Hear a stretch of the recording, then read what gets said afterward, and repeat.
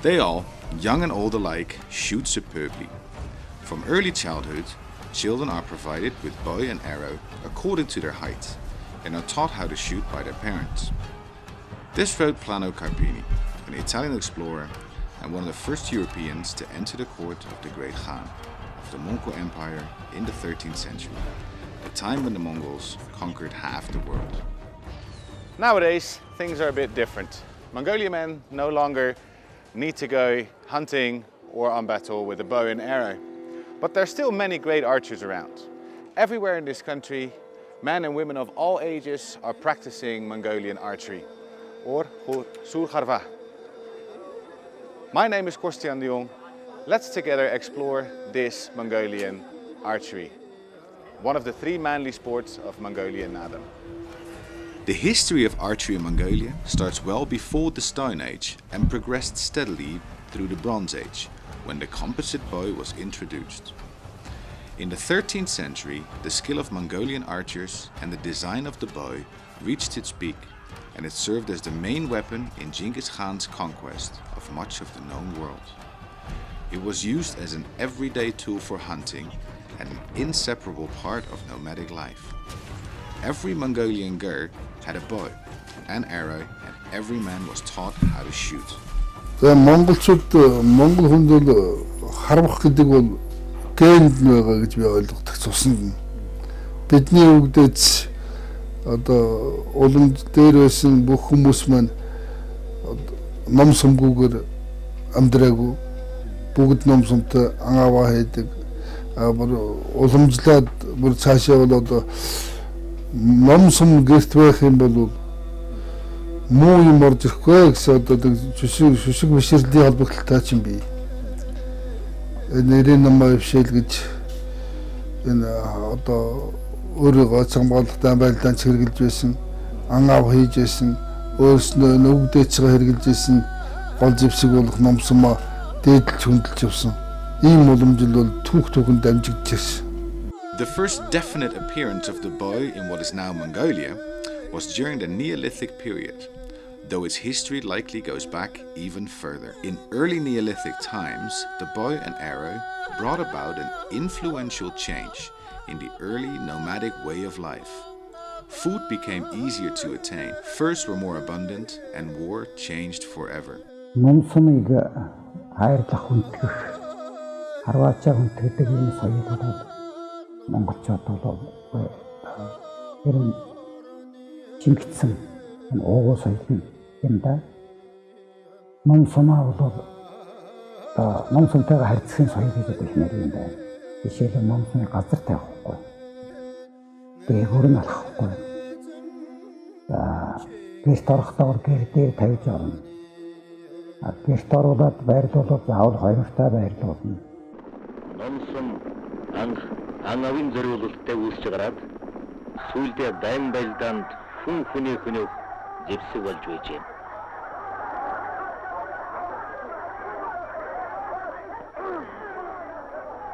За ном бол үндсэндээ 3 бүтц хэсгээс бүрддэг юм аа. Энэ бол одоо номны маань гол бий болох хулс энд байна. Энд тэгээд эвэр байна. Эвэр эдгэн энд байна. Тэр шөрөмсөн аргаад хэлдэг одоо шөрөмсөн тэр байна. Энэ 3 хэсгээс бүрдэж номны маань гол бий 3 биеийнх нь одоо нийлж нэг бий болж ном бүрддэг учиртай. Тэр номыг бол ер нь бол бид нэр одоо дангаар аргаар хийдэг.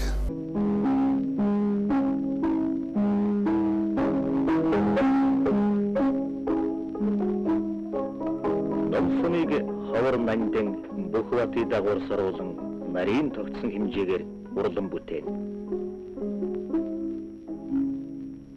Хүмүүн хөрний үед монголчууд энэ 93 наадам гэдэг ерөнхийдөө төлөвшсөн байсан. Марин гараараа оролдог баригддаг. Асуур харамдаг. Ялангуяа морин дээрээс харуулж намхан үед монголчууд гарамгаа байсан. Энэ ч одоо хүний хөрний үеэс эхлээд мор дээрээс харуулдаг ангөрөөгөө хийдэг байсан байна л да. Ингээд Чингисийн хөрний үед ирэхэд бол үнэхээр номсон бол морин дээрээс харуулдаг номд богинохон их таталтай харуулдаг юм болсон. Бас Морин харваны ном гэдэг дараа өөр байх. Эдгээр учраас тэр байгаа. Босож байгаа харагдаг болсон юм бол энэ спортын үед орноо наадам ийм сургуулийн хийх үед номон наадам гэж ботолж ирсэн. Энэ одоо уртсын хувьд зохион байгуулалт өөрчлөгдөж ирсэн юм бол яхахгүй байна. There are many stories that record the prowess of Mongolian archers. Isunge the marksman, one of Genghis Khan's lower-ranking generals, is famous for shooting a target from 335 alt during a celebratory Naadam. The alt is a system of measurement comparable to roughly 160 centimeters, determined by the distance of man spreading arms.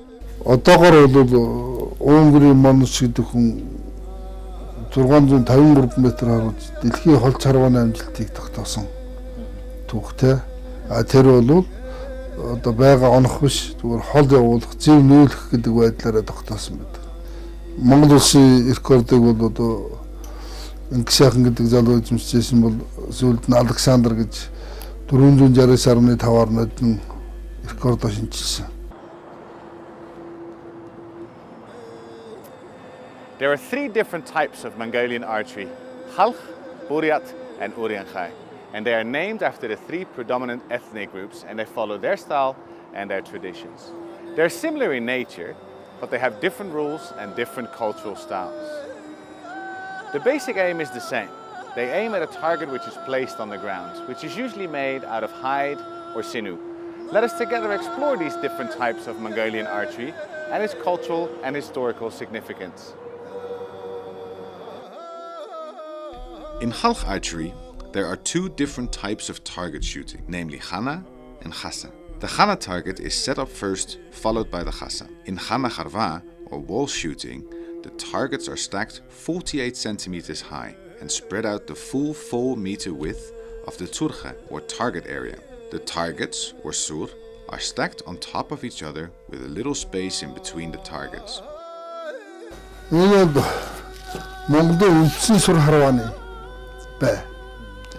Хасаа гэж энийг сураар сүлж байна. 8 см диаметртай ингээд сүлжсэн. Энэ бол Монгол харваны үндсэн бай. Энийг одоо 3 давхрал тавиад хан харваа гэнэ. Usually, 30 individual sur make up the whole target area. There is a bottom line of 18 targets and a top line of 12, which are centered on the middle. The double-stacked targets are called dumbo, meaning double balls. Халахараа бол үндсэндээ үндсний шинжтэй харваа. Тэр учраас одоо их сур гэж заримдаа нэгддэг юм байна. Энэ бүх аймаг орон нутгатаа харагдаг. Ардын хувьсгалын хийжлээс одоо хилээд энэ харваагаа дагнаж харуулж ирсэн түүхтэй. Халах харваа.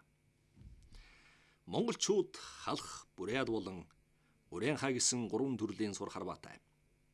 Эдгээрээс хамгийн өргөн тархсан халах харваанд эврэлэгтэй, шүрмсэн арт талтай нумаар, эвэр булцуутай, 4 талдаа өдтэй сумаар харман нааддаг.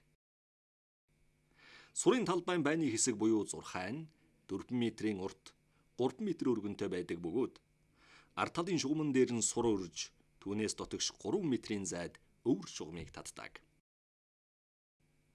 Эрэгтэй харваачид 75 метрийн зайнаас, эмэгтэй харваачид 65 метрийн зайнаас харвана. Монгол үндэсний сур харвааны байн хан сур, хасаа сур гэсэн 2 төрөлтэй. Нарийн зүссэн сураар сүлжиж хийсэн бортог хэлбэрийн байнуудыг хан, хасаа гэсэн 2 янзаар уйлуулан өрөөд болцууд сумаар харваж цэц мэрэгнээ сорino. Буряд харваа. Эрэгтэй эмэгтэй харваачид ижил зайнаас ижил дүрмээр харвдагаараа буряд харваа нь бусдаасаа ялгагдана.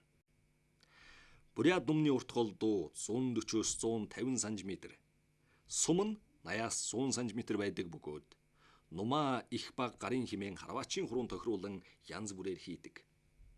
Бурядууд сур харвааг хавар эхэлж, цуваа ба баг харвуулын журмаар тэмцэлдэн нааддаг. Цуваа харваанд хүмбэр 20 сум тавьж оноог тооцон шалгаруулдаг. Буряд сур харваанд 40 м буюу 30 ном, 30 м буюу 20 ном гэсэн 2 зайнаас харвдаг. Сураа өрж харвдаг талбайг сурхай гин. Сурхай нь 4 метрийн хэмжээтэй байх бөгөөд сурыг сайн шахаж өгдгөөрөө онцлогтой. Урян хай харва. Өвөг харва буюу урян хай сур харва нь хамгийн эртний харва бөгөөд зөвхөн эрэгтэй хүн харвдгаараа бусад харванаас ялгаатай. 350-аас 450 грамжинтэй зангидсан том суран байг ондог учир илүү ойрхон зайнаас буюу 40 метрээс харвдаг. Урян хай сур харва нь хавчаа ханумаар харвдаг бөгөөд харваач тус бүр 3 сум тавьдаг. Энэ нь хулс модыг матж хийсэн 1.8-аас 2 метрийн урттай ном юм.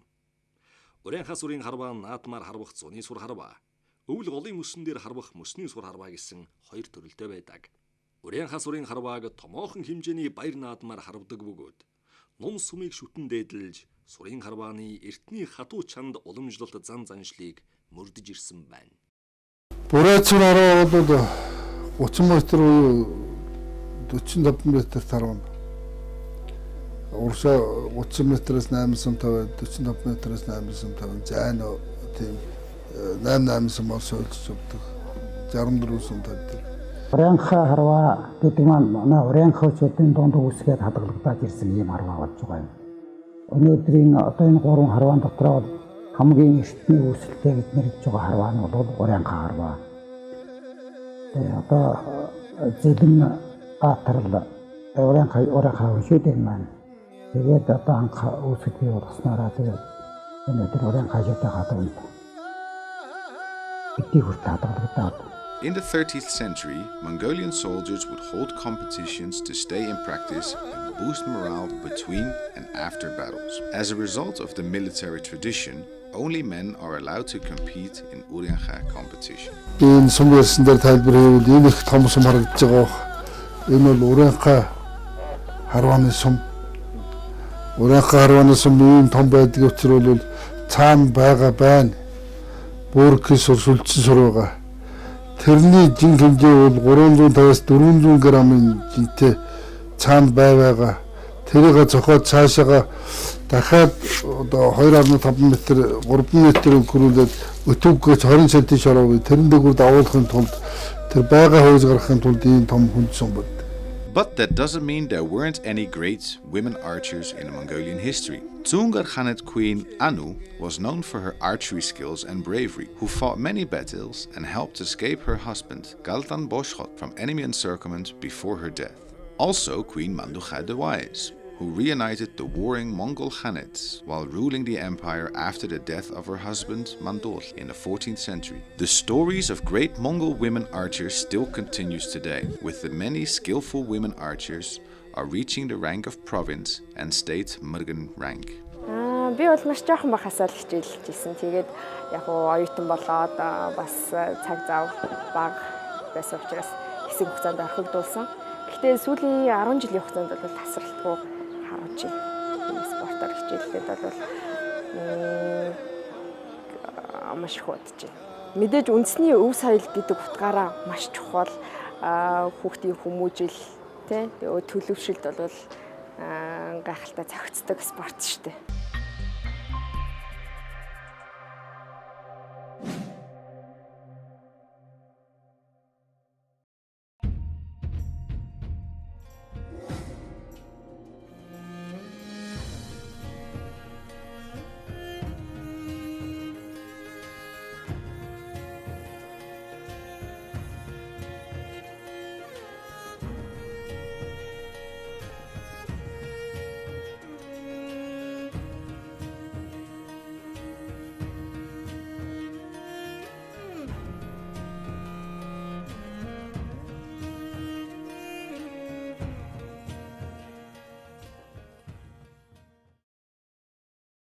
Not only were the Mongolians great archers, they were very good bow makers too.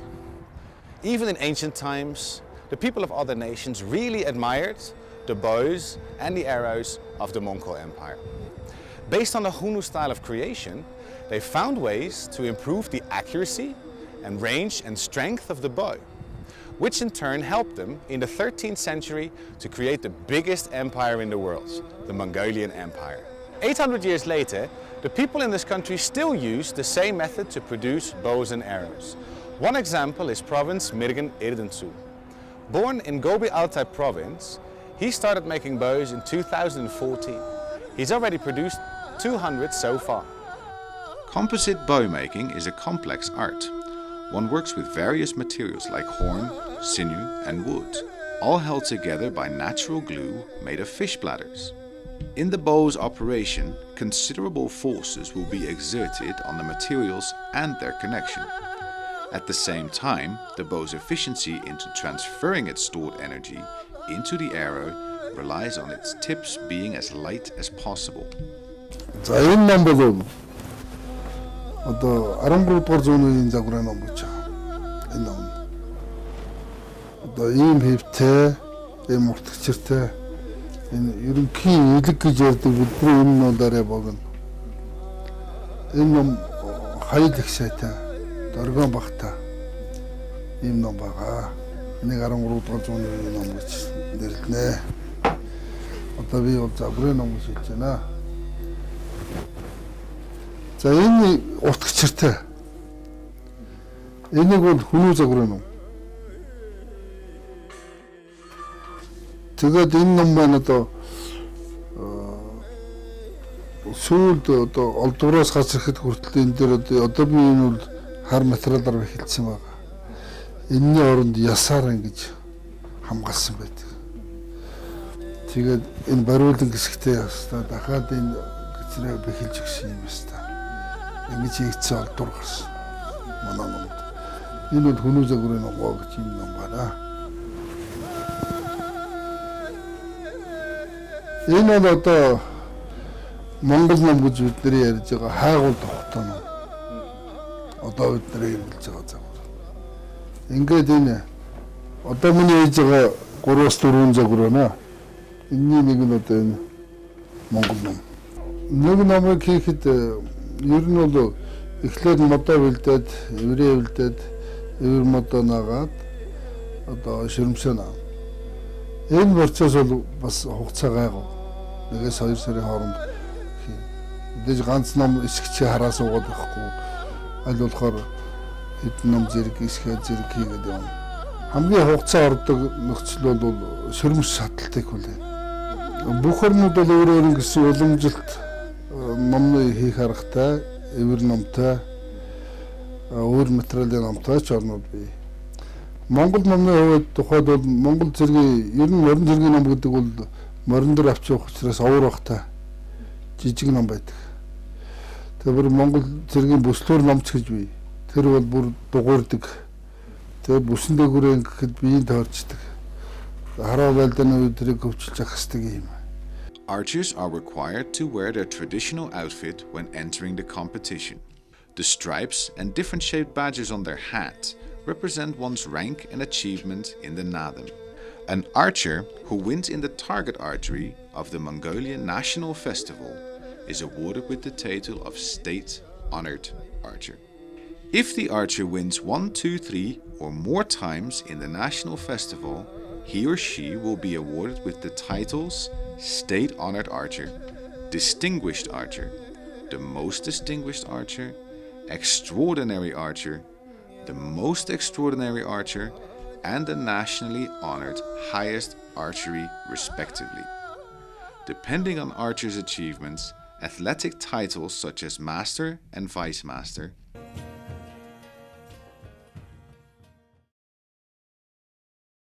Could you please introduce yourself? Бид Батэрийн бачиргал гэдэг улсын мэргийн спортын мастер цолтой. Одоо энэ сурыг 53 жил харж байна. Үндэсний сураар.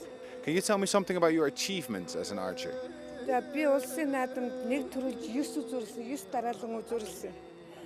За 9 дараалан үзүүлсэн. Одоо ингээ 9 удаа 2 дугаар байранд орж 1 удаа төрүүлсэн. Now, as a foreigner, I don't know much about archery. Can you explain the symbols and the pointing system of how it works? Энэ үндэсний сур болохоор одоо тэр зурхаа дээр очиод зогсож байгаа улсууд бол эндээс одоо харж байгаа хүндээ юу гэдгийг оноороо гэд уухагаа хийж байгаа юм. Одоо оноороо гэд ингээд тэнд уухаа хийгээд онсоо ань ингээд одоо онлоо гэд энэ мэдээ өгдөг. What are the cultural and historical significance of archery. Үндэсний сур бол ерөөсөө манай үндэсний одоо Монгол хүний одоо цусан дэдэг спорт.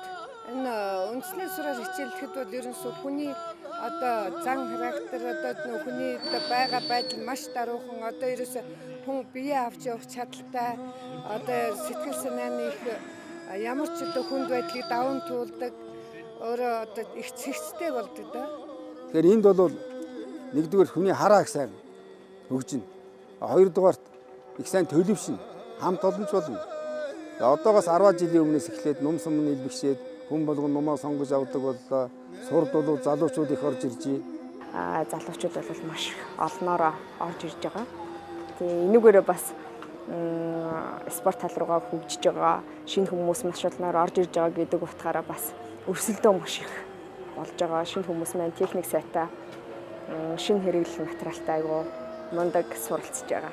In the great history of the Mongols, Alangua, the great mother of the nation, used 5 arrows to teach her feuding sons about the power of unity. Similarly, the legend of Irhimirgin, who used arrows to shoot down the 6 sons that was causing the drought. That taught us about humility and the dangers of being complacent. Now, legends like this have been passed down from generation to generation in the vast steppe of Mongolia, and they're instilling the right attitude and mindset in the children. For Mongolians, a bow and arrow is a lot more than just a tool for hunting or a weapon for battle. It's much more than that. Culturally, historically, and traditionally. For Mongolians, it shows the pride of a nation, the history of a nation, but also it gives hope for the future. За энэ ном сум гэдэг маань одоо мянган жил үргэлжлэн өвгдөөцсөн үлдээж ирсэн өв соёлоо энийг цаашаа одоо өшөөх бид нэр хөгжүүлж өргөн болох ёстой юм аа гэж ойлгож байна. Би үйлдвэрлэгчийн хувьд бол энэ өв соёлыг өчүүхэн гэсгээ